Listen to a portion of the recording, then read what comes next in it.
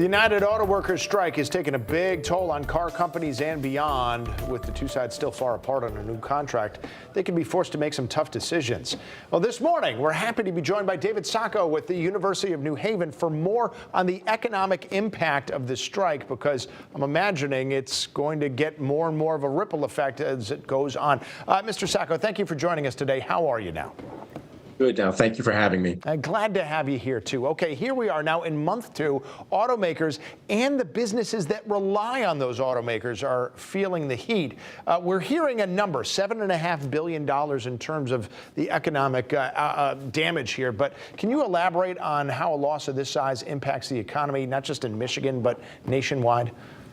Sure. Well, in terms of the Michigan economy, which is the GDP of Michigan is roughly about $500 billion. So this is about 1.5% of their economy, although this number is spread out, I think, over several states because there's a few states where the strikes are happening. So, it's a relatively significant number, about 1%. Normally, we look for about 3% GDP growth a year. So in that region, it's going to significantly impact economic growth, this year and maybe next. In terms of the U.S. economy, which is $20 trillion, obviously it's less of an impact. But all these little impacts add up, especially when you've got a lot of the other economic headwinds that we've got going now, like inflation and how the Federal Reserve is reacting to that inflation. So it keeps adding more and more to the negative side of the ledger. Yeah. Now, going forward, you mentioned a lot of these little problems.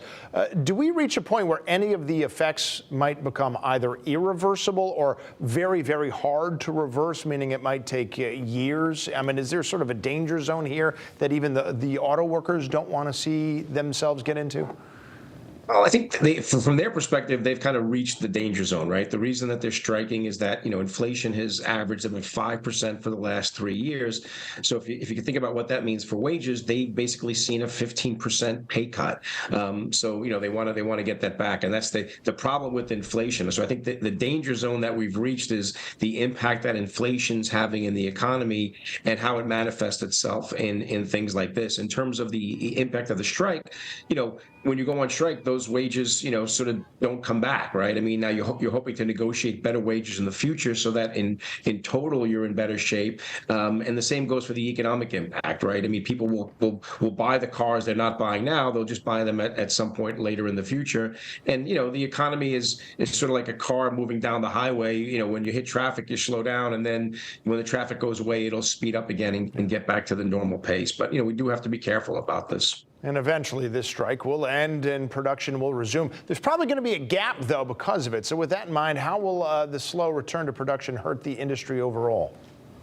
In some ways, the strike is about the car industry's future, right? Because the legacy automakers are grappling with how they get into the electric segment, which is, at some point probably going to dominate cars across the world. They're looking at companies like Tesla, who, at least have much bigger presence in terms of the financial markets because people believe that that's the future of the auto industry, but they have to compete against Tesla. And the problem is Tesla is non-unionized. There's a lot of electric cars being made in places like China where the cost of labor are lower. So you've got this battle between the workers who want to get paid fairly given what's going on with inflation and the auto companies that have this competitive pressure on costs. Yeah, and the workers seem especially indignant. Their narrative is really that, hey, we helped you guys out, meaning the big three. When you guys needed bailing out, we were there for you.